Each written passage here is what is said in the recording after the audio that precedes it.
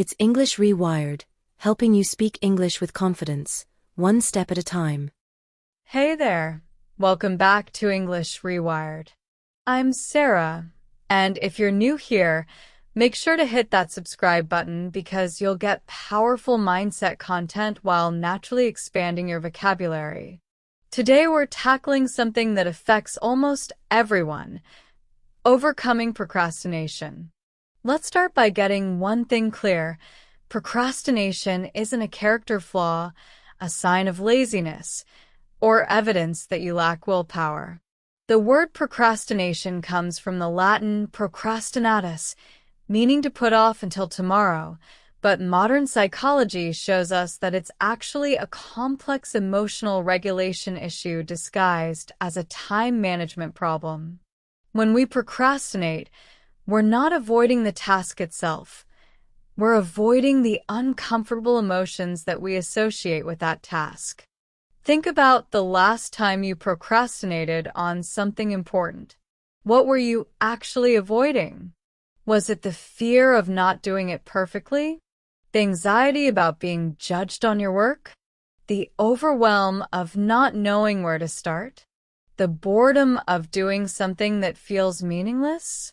The frustration of tackling something difficult? Once you identify the emotion behind the avoidance, you can start to address the real issue instead of just beating yourself up for being lazy.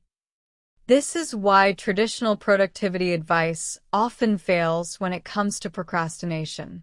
Telling someone to just use a better calendar system or break tasks into smaller pieces might help with organization, but if the underlying emotional resistance isn't addressed, they'll find ways to avoid those smaller pieces too. You can have the most sophisticated time management system in the world, but if you're running from difficult emotions, you'll still find yourself scrolling social media instead of doing what you know you need to do.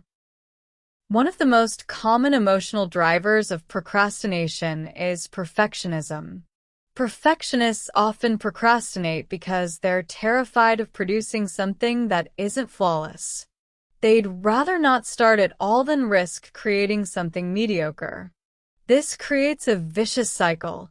The longer you wait to start, the more pressure builds up, and the more perfect the result needs to be to justify the delay. Eventually, the task becomes so loaded with expectations that it feels impossible to approach. Fear of failure is another major culprit. When we procrastinate, we can maintain the fantasy that we would have done brilliantly if only we had started earlier. As long as we don't try, we can't fail. But this protective mechanism robs us of the opportunity to succeed, to learn, to grow, and to discover that we're often more capable than our fears suggest. Procrastination becomes a way of protecting our ego at the expense of our progress. Interestingly, fear of success can also drive procrastination. Success brings visibility, responsibility, and change expectations from others and ourselves. Some people unconsciously sabotage their progress because they're afraid of the pressure and responsibility that comes with achievement. They worry about whether they can maintain a higher level of performance or whether they deserve the success they might achieve. Overwhelm is another emotional state that commonly triggers procrastination. When a task feels too big, too complex, or too important, our brains can essentially short-circuit. Instead of breaking it down into manageable pieces, we avoid it entirely because thinking about it feels overwhelming. This is particularly common with long-term projects, major life decisions, or tasks that have multiple components and no clear starting point. The modern environment doesn't help with procrastination. We're surrounded by instant gratification, social media that gives us immediate dopamine hits, streaming services with endless entertainment, online shopping that delivers dopamine through purchasing, food delivery that satisfies cravings without delay. Our brains are getting conditioned to expect immediate rewards, which makes it increasingly difficult to engage in activities that require delayed gratification, sustained effort, or tolerance for discomfort. This is where the concept of dopamine regulation becomes crucial. Dopamine is the neurotransmitter associated with motivation and reward anticipation. When we're constantly seeking immediate dopamine hits through easy pleasures, we reduce our ability to find motivation for tasks that don't provide instant gratification. Breaking the procrastination cycle often requires consciously managing our dopamine levels by reducing instant gratification activities and rebuilding our tolerance for delayed rewards. One of the most effective strategies for overcoming procrastination is what psychologists call temptation bundling. This means pairing something you need to do with something you enjoy doing. Maybe you only listen to your favorite podcast while organizing your space, or you only drink your special coffee while working on that important project. This strategy works because it provides immediate reward alongside the less immediately gratifying task. Another powerful technique is the 2-minute rule. If something takes less than 2 minutes, do it immediately rather than putting it on your to-do list. This prevents small tasks from accumulating into overwhelming piles and builds momentum for tackling larger tasks.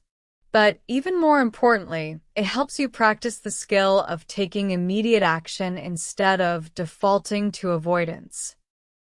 The concept of implementation intentions can also be incredibly helpful. Instead of just deciding, I'll work on this project tomorrow, create a specific plan. At 9 a.m., after I finish my coffee, I will sit at my desk and work on the first section of the project for 25 minutes.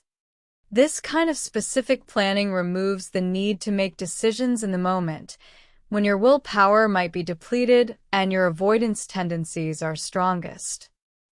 Time-based techniques like the Pomodoro Technique can be effective because they create artificial deadlines and break work into manageable chunks. The traditional Pomodoro involves 25 minutes of focused work followed by a 5-minute break, but you can adjust the timing to whatever feels manageable. The key is that you're only committing to a specific, limited amount of time, which makes starting feel less overwhelming. Understanding your personal procrastination patterns is crucial for developing effective strategies. Some people procrastinate more in the morning when their decision-making energy is depleted from other choices. Others procrastinate more in the afternoon when they're tired. Some people procrastinate on creative tasks, others on administrative tasks. Pay attention to when and on what you tend to procrastinate, and you can start to create targeted solutions. Environmental design is another powerful tool. Make it easier to do what you want to do and harder to do what you don't want to do. If you want to exercise in the morning, lay out your workout clothes the night before. If you want to avoid social media while working, put your phone in another room or use apps that block distracting websites. If you want to eat healthier, keep healthy snacks visible and convenient while storing junk food out of sight.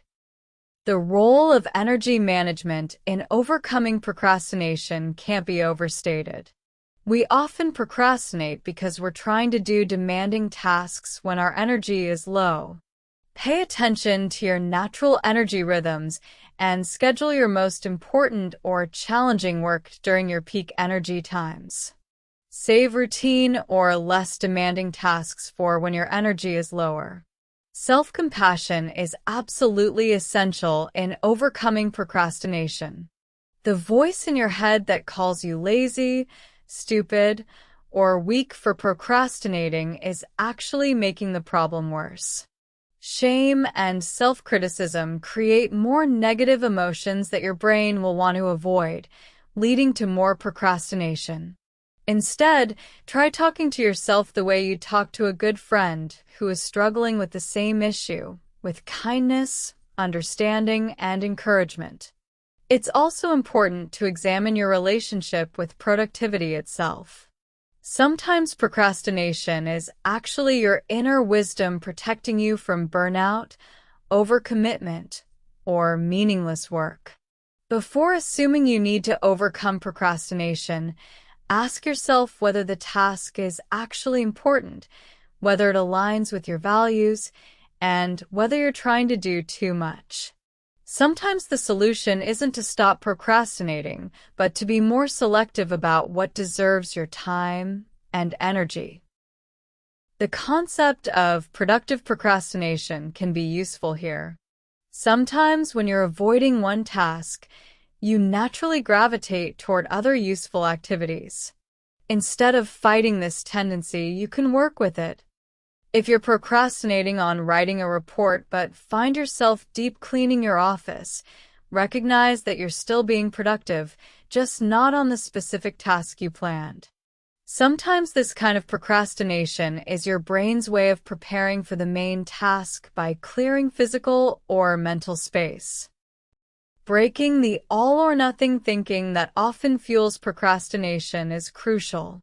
Procrastinators often think they need large blocks of uninterrupted time to make progress on important tasks, so they wait for the perfect moment that rarely comes. In reality, you can make meaningful progress in small increments. 15 minutes of writing is better than 0 minutes.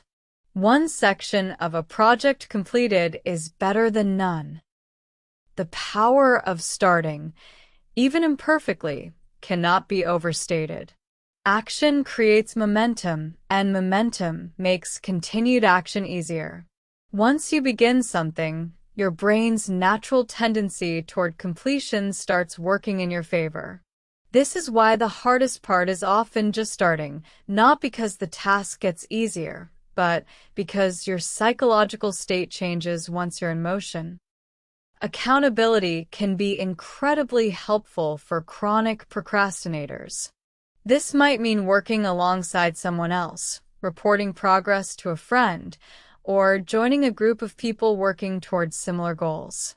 External accountability creates a mild social pressure that can overcome internal resistance. But choose your accountability partners wisely. You want people who are supportive but honest, encouraging but not enabling. It's worth noting that some people work better under pressure, and what looks like procrastination might actually be their optimal workflow. If you consistently produce good work at the last minute and don't experience significant stress from this approach, it might not be a problem that needs solving. The issue arises when procrastination creates anxiety, guilt, poor quality work, or prevents you from pursuing opportunities. For chronic procrastinators, it can be helpful to start extremely small. If you've been avoiding exercise, commit to putting on your workout clothes. If you've been avoiding writing, commit to opening the document. If you've been avoiding organizing your finances, commit to gathering your bank statements. These micro-commitments build the neural pathways of follow-through without triggering the overwhelm that leads to avoidance. Understanding the difference between perfectionism and excellence is also crucial. Excellence is about doing your best work with the resources, time, and energy you have available. Perfectionism is about meeting an impossible standard that prevents you from finishing or even starting. You can pursue excellence while still completing tasks in a timely manner. Finally, remember that overcoming procrastination is a skill that develops over time, not a problem that gets solved once and for all. You'll have setbacks, days when old patterns resurface, projects that trigger your avoidance tendencies. This is normal and doesn't mean you failed. Each time you notice procrastination and choose action instead, you're strengthening your capacity for follow-through. The goal isn't to never procrastinate again. It's to reduce the frequency and intensity of procrastination, to understand your triggers, and to have strategies that help you take action even when you don't feel like it. With practice, you can transform from someone who chronically avoids important tasks to someone who moves toward what matters, even when it's uncomfortable. That wraps up our deep dive into overcoming procrastination. Remember, by listening to content like this, you're naturally learning new vocabulary and concepts that serve your personal growth. If this resonated with you, I'd love to hear about your biggest procrastination triggers and what strategies have helped you in the comments below. And if you found this valuable, please give it a thumbs up and subscribe to English Rewired for more content that helps you build better habits and mindsets. Sometimes the most powerful thing you can do is simply start, imperfectly and without all the answers. Until next time, I'm Sarah, and thank you for choosing growth on English Rewired.